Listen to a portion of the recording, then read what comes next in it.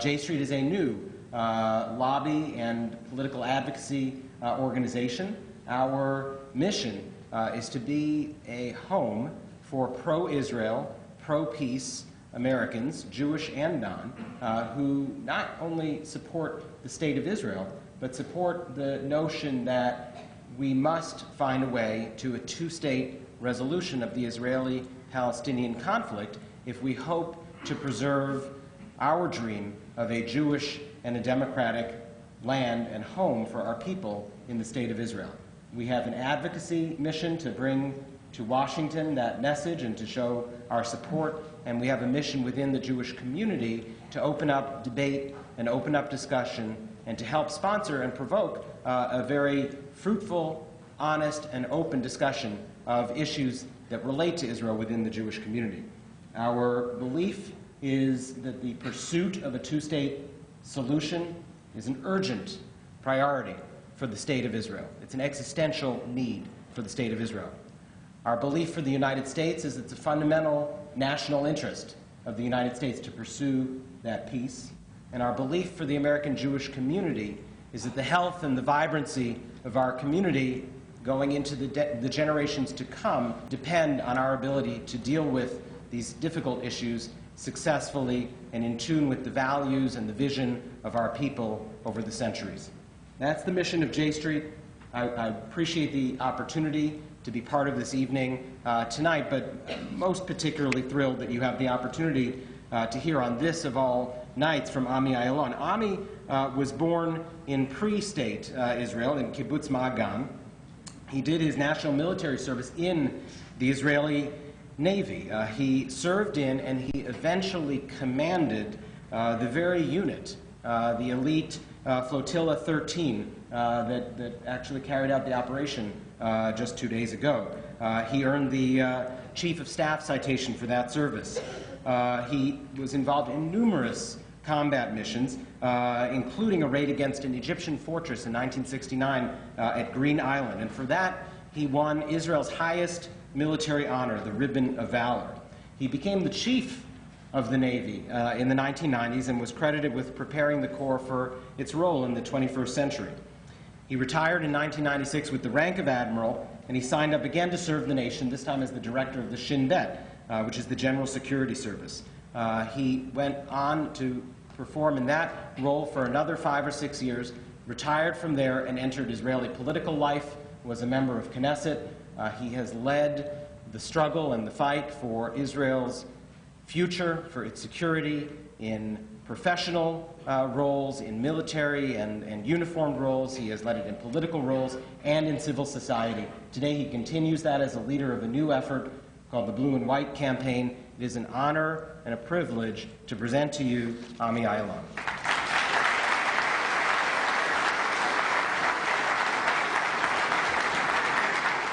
My parents came to Israel, to Palestine then, during the 30s, my father as an illegal immigrant and my mother as a child, to study in Jerusalem. They came with a very, very simple, primitive concept of Zionism. Their concept of Zionism was, we shall build a Jewish state, a safe home for a Jewish state.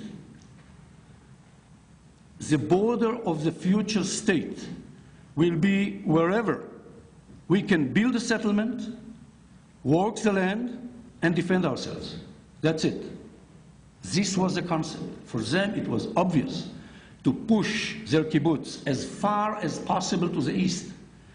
So I was born in the Jordan Valley. During all my childhood, the Syrians were up above, used to shoot on us every time when our parents tried to work the land during the spring and the autumn, and we spent many days in shelters. By the way, it was not so bad. We missed school, and it was great.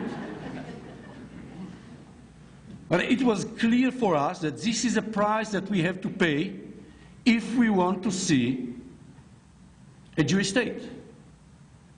It is a legitimate price.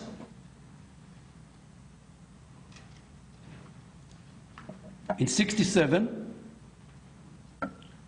their concept stayed the same. members from my kibbutz went to build settlements in Sinai, in the Jordan Valley, Judea, Samaria, in the Golan Heights. It was a labor party. The labor party because the concept of Zionism was, as I described before. Now, what happened, and not many Israelis realize this, we won. We achieved victory. This concept of Zionism, somewhere between 1988 to 2002. 1988, Palestinian Declaration of Independence. They accepted 2 states. And what they want is a Palestinian state on 22% of the land on the eastern side of the Jordan. 6-7. In 2002, the whole Arab community accept this concept, as it was decided in Beirut Arab League decision. The fact that we achieved victory create a new situation, and this is the present. We have to take a decision. We have to understand that once we won, once we are accepted in the Middle East, not because they joined the Zionist movement, because they understand that we are here to stay. It is for us to decide not whether we shall be here or not, but the real question: who are we? What is the concept of Jewish democracy? What I say to my people, to my friends in Israel, it will be a disaster if our eastern border will be the result of our security power, military power, because it will be the Jordan River, and at that moment, Israel will not be a Jewish democracy. If we are not majority in our country, we do not have the right to dictate anything, not the symbols, not the calendar, not the holidays, not the language, not the stories that we tell our children at schools. Our story, what happened here during the last 3,000 years? What happened here during the last 60 years? There are more than one version. I want to tell my children my version. But I can do it only if we are majority in our country. And in order to be there, I have to emphasize it. Our eastern border is not a question of security. Our eastern border is a question of identity. Our identity is a Jewish democracy. And this is why, for us, it is a condition to see a Palestinian state on the other side of the border, not because they deserve it, not because we love them, because this is existential for us. If we do not do it, there is no Zionism. This is a question that we have to decide now. We shouldn't run from this question. The question whether do we have a partner or not is nonsense. We have the power to do it. We have to ask a different question. What should we do in order to see a partner? We are doing nothing. I can describe a scenario in which we shall create two states reality without a Palestinian partner. And we have the military power in order to take the risk. Our identity is existential. And this is something that we have to realize. And we do not understand it. Not in Israel, not in America. We will find every reason in order to hide from this question. We shall find every reason to blame somebody else for not doing it. We are doing it during the last 60 years, or at least 15 years. So this is why I came here. I came to put this question on our table, because it is on our table. I think that the crisis of today creates a great opportunity. I think that it creates a great opportunity because in every crisis there is an opportunity. The opportunity is that more people understand that the present course will lead nowhere. It is becoming too dangerous. So this is the opportunity. The fact that we couldn't do it earlier means nothing. More than 70% of the Israelis wish to see two states. Along the lines, Clinton parameters, Ayalon Seba, whatever. Almost the same. Yes, we have our red lines. No Palestinians shall return into the state of Israel. This is a red line. Palestine will be demilitarized, and the international community shall guarantee its safety and security. Yes, we have our red lines. Red lines, for me, I was not grown in the academy. For me, red lines is a place where we have to fight. We have to send our children to fight, and some of them shall not return. This is a red line. But we have to define our red lines, otherwise we are sending our boys to kill and to be killed for places that we know that will not be the state of Israel. We do not have the moral right to do it anymore.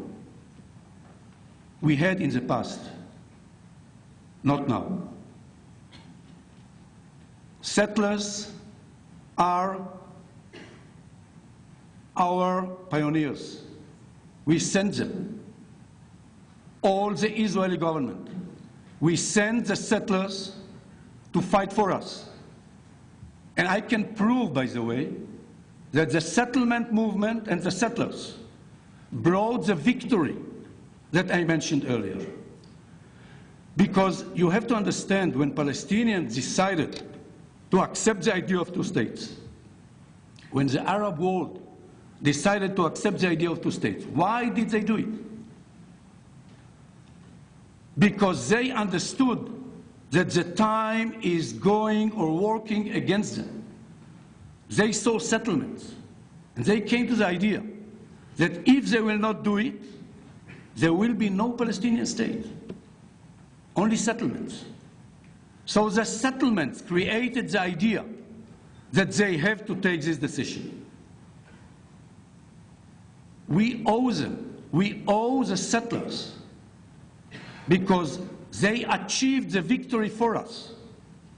But because we owe them, it is for us not to treat them as hostages, not letting them come back until we shall have an agreement. So the Palestinians will decide what will be with them? No, I think that it is for us to give each of them who wish to return the legitimacy and the money in order to buy a new house back in Israel, because their mission is over. They deserve it. I think that this opportunity creates new ways. I think that when we see this opportunity, we have to take it forward. And let me finish by saying that in order to reignite this process, in order to see it happening, we have to reopen this internal Israeli debate. But we need American leadership, because Palestinians and Israelis do not understand each other.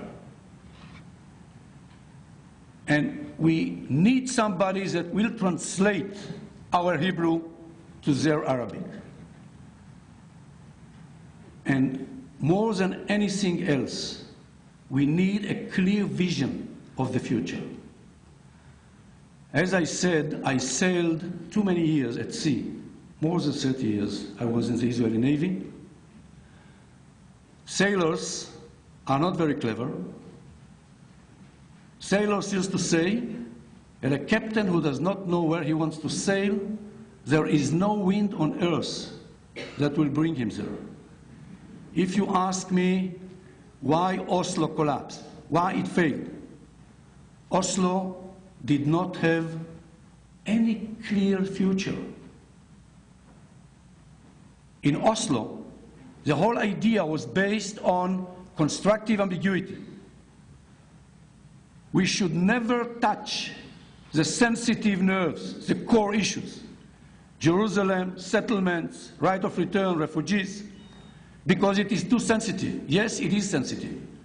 But unless we do it, we do not have a clear vision. And if we don't have a clear vision, we do not understand why we have to suffer. It will be very painful. So we will have the power, the energy to do it only if we shall have this clear vision that will tell us where we will be in 40 years from now. And this is the role of leadership in America and in Israel, to come to the Middle East and to tell us, by the way, what all of us know. But leaders are afraid to tell us what we already know. So if I expect something from the American leadership and from the Israeli leadership, is to tell us exactly what is the meaning of two states concerning borders, security, refugees, right of return, settlement, settlers, everything. Unless we do it, we will not have the power to cross this very painful road. Thank you very much.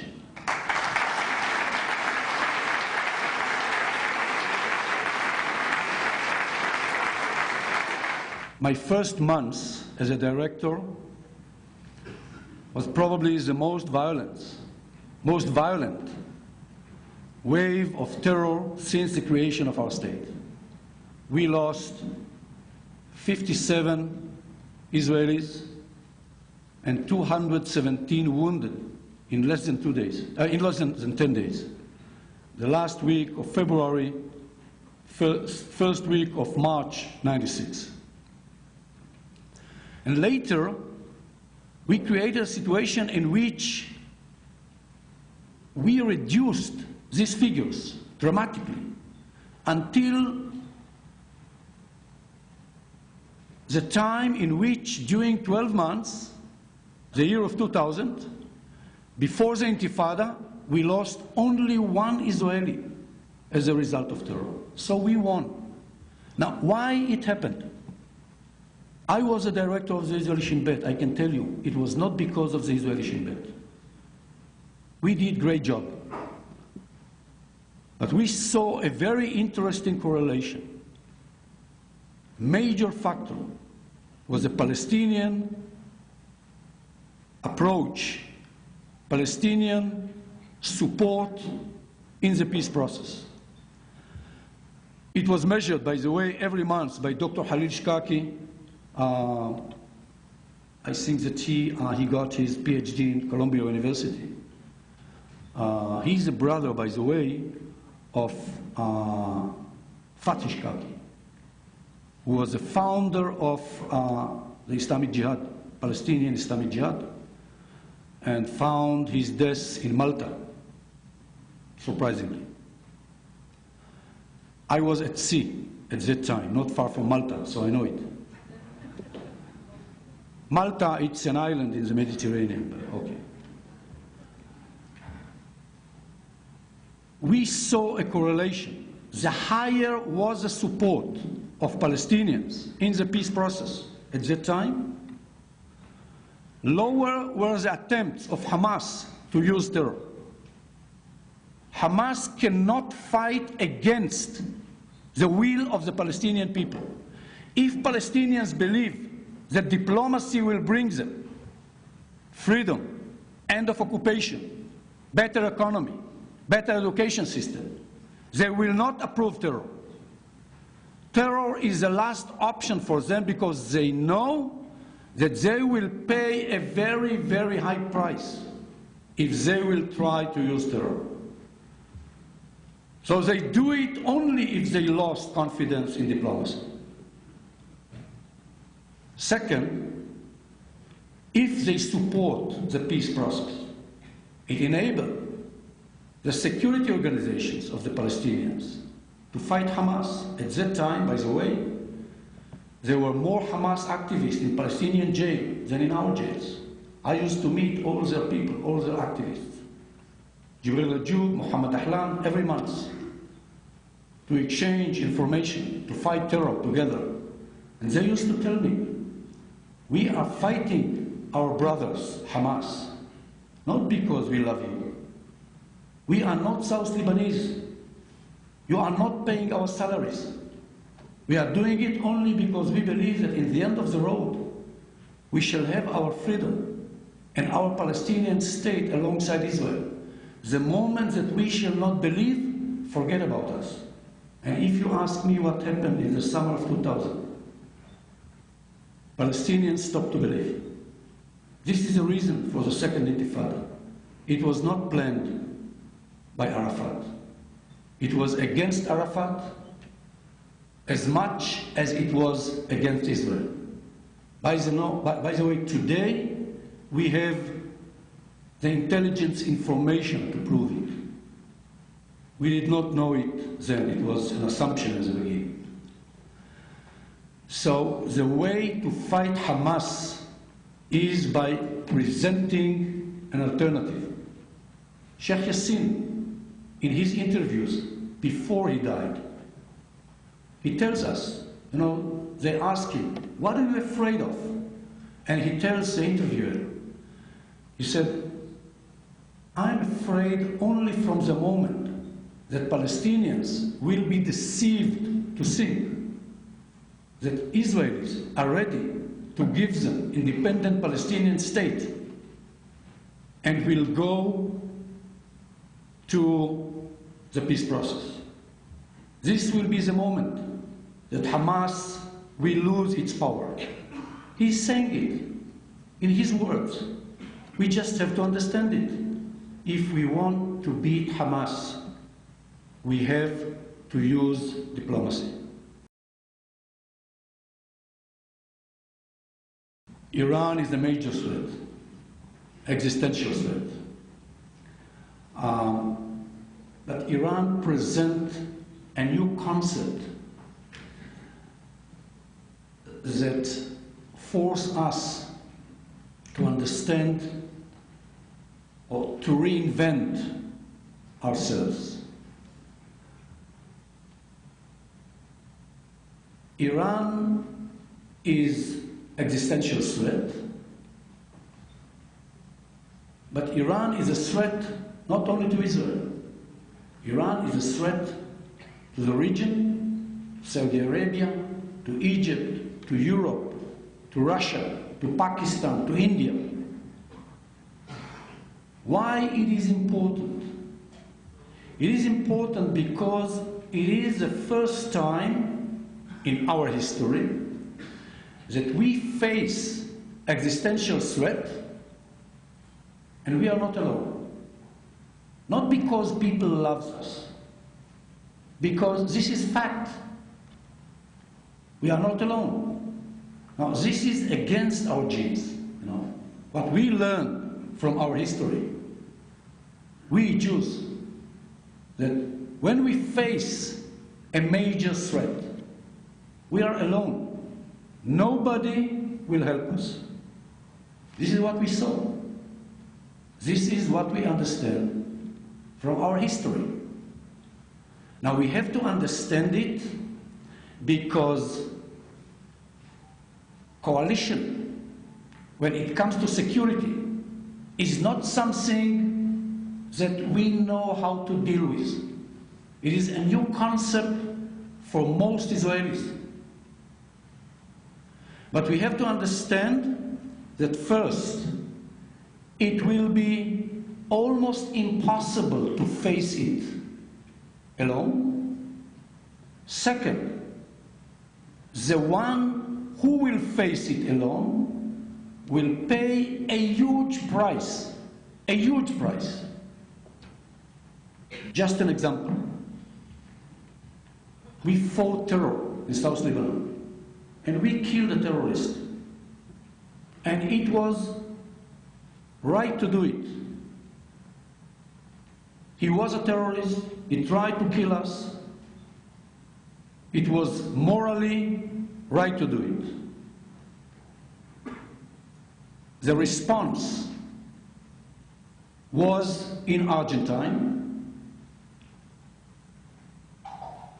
Iranians with Hezbollah, they destroyed our embassy. 22 people died, most of them Israelis. And a year later, they destroyed the Jewish community building, Ami Ayalon building. 86 people died, most of them Jews. Jews who did nothing. We Israelis fought terror in South Lebanon, and dozens of Jews died in Buenos Aires. This is a very, very sensitive concept. I said before, we are together in this ship, whether we like it or not. We will not pay the price alone. You are paying it every day with us. Sometimes we are very angry because you have the right to vote and to elect the president of the world. Your president influenced my life in Israel more than my prime minister. It is not a joke, but I do not have the right to vote. Well, you have the same problem. You are paying the price for our actions, whether you like it or not. So it is a very complex concept. Israel is a state of the Jewish people, whether you are citizens or not. Now, and when it comes to Iran, first of all, we have to understand that this is existential. But since it is so complicated, we have to go on 3 tracks. First of all, yes, we have to do everything in order to avoid it, in order to stop this threat from being developed. But in addition, we have to understand that we are not alone, so we should do it as a member of a coalition. And I said that it is very difficult for Israelis.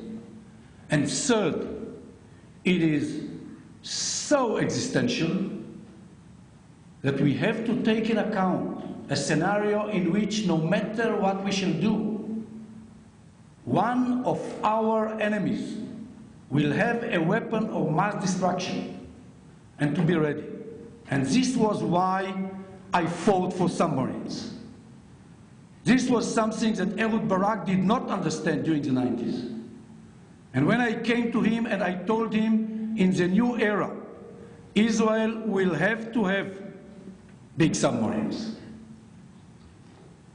Because if the assumption is that we shall stop it, we shouldn't have these very expensive platforms. So this is what we should do when we face Iran. Just to finish by saying, in order to build this coalition, we have to accept the idea that this coalition that will face Iran, will face and will stop terror and fundamentalism, is based on the idea that this is an axis of pragmatism which will confront the axis of evil. In order to build this coalition, we have to show progress on the Israeli-Palestinian track. We have to show it because otherwise it will be impossible to bring to this coalition all the members, Egypt, Saudi Arabia, Jordan, and every other pragmatic player. So we share the same interest. Our interest is to show progress because it is a condition to see Israel as a Jewish democracy. Their interest is to show progress because this is their only way to join forces in order to stop Iran and to fight terror. This is what we should do facing Iran. When we ask what really happened, again, there are two versions. One, the Israeli version. We have to defend ourselves. We have to keep the blockade. There is no other option. But there is another option, another version. More and more people see it as, some will call it massacre, some will call it assassination, some will say that it is just stupidity. The question is not who is right and who is wrong. The problem is the gap between these two options. Because the gap between these two options tell us, Israelis, where we are. Less and less people in the world understand us. Less and less people in the world can support us, can identify with our goals, and we are more and more isolated. The way we see it, by the way, less and less people understand us. We are right, they are wrong. We are alone in this world. We are trapped. All the world is against us, and we have to fight. Now, we are separating ourselves from the international community. It will shape our life. It will shape your life in America. It will shape the life of every Jewish person all over the world. Because whether you like it or not, Israel arevim זה לזה. We are together. Even if we don't like it or you don't like it.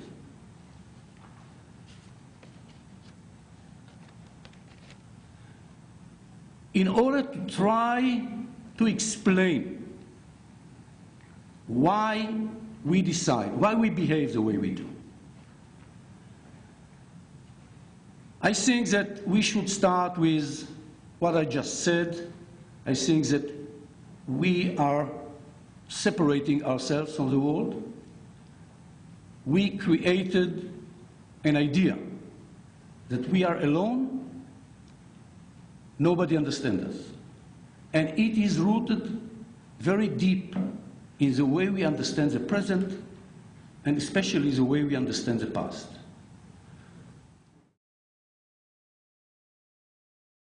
The lesson that I learned, that we don't know how to do it. We don't know how to do it with the Palestinians, and we don't know how to do it with the settlers.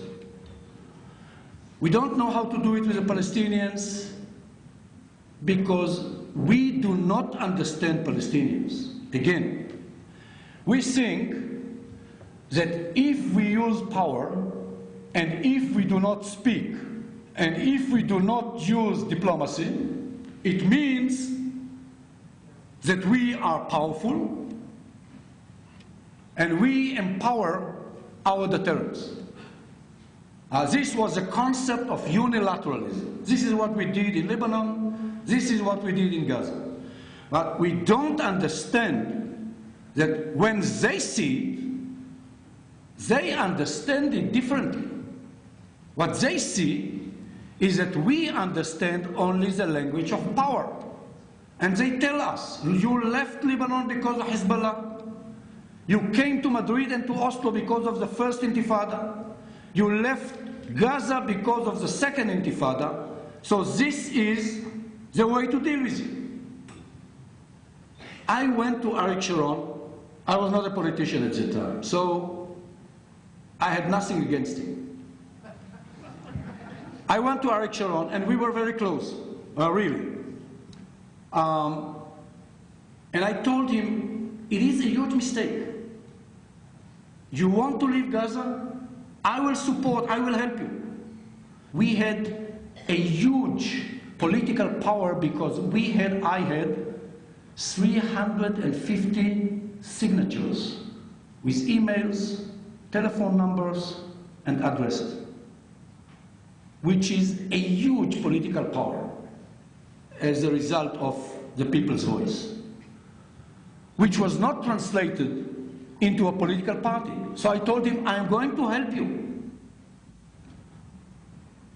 But you have to understand, you should do it differently.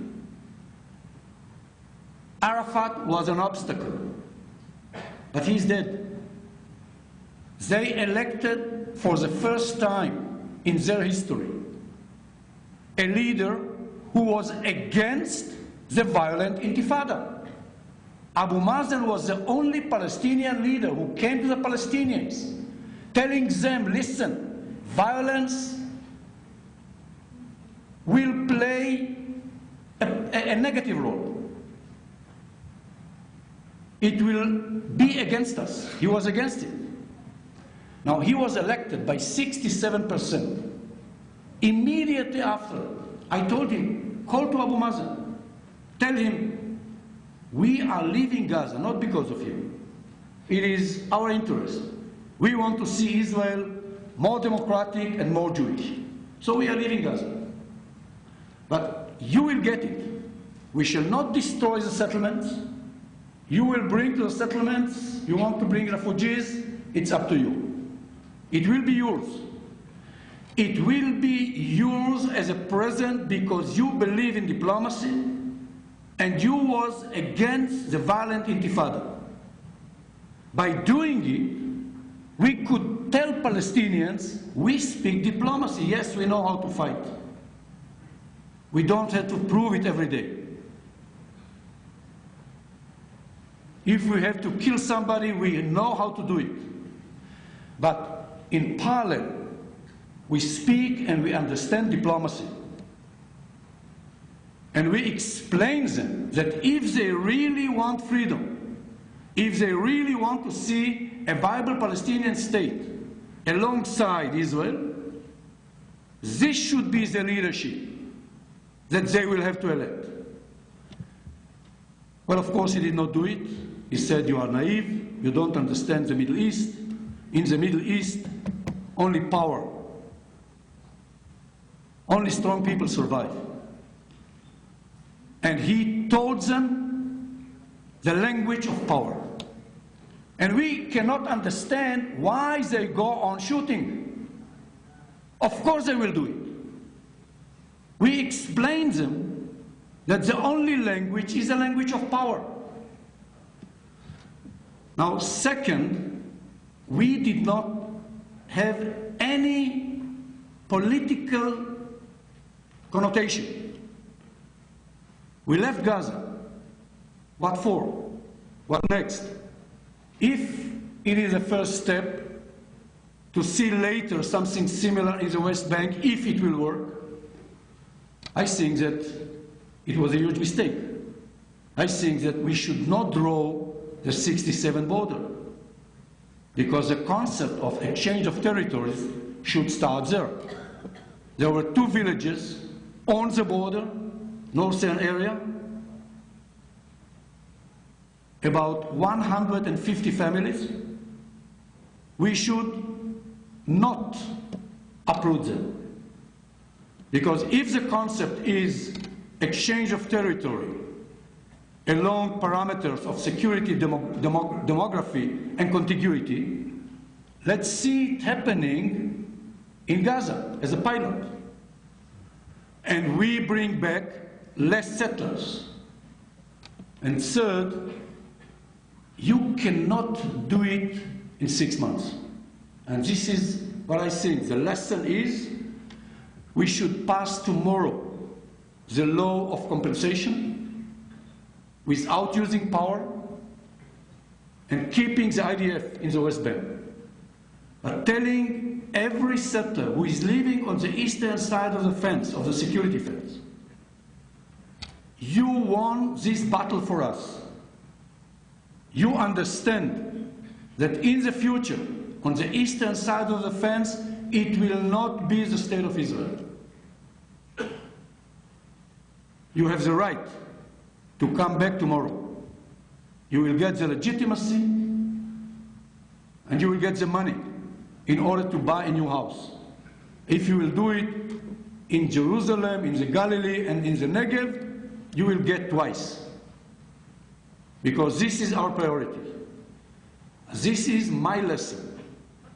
Because I think that it will be a long process. I don't know when we shall have agreement with the Palestinians.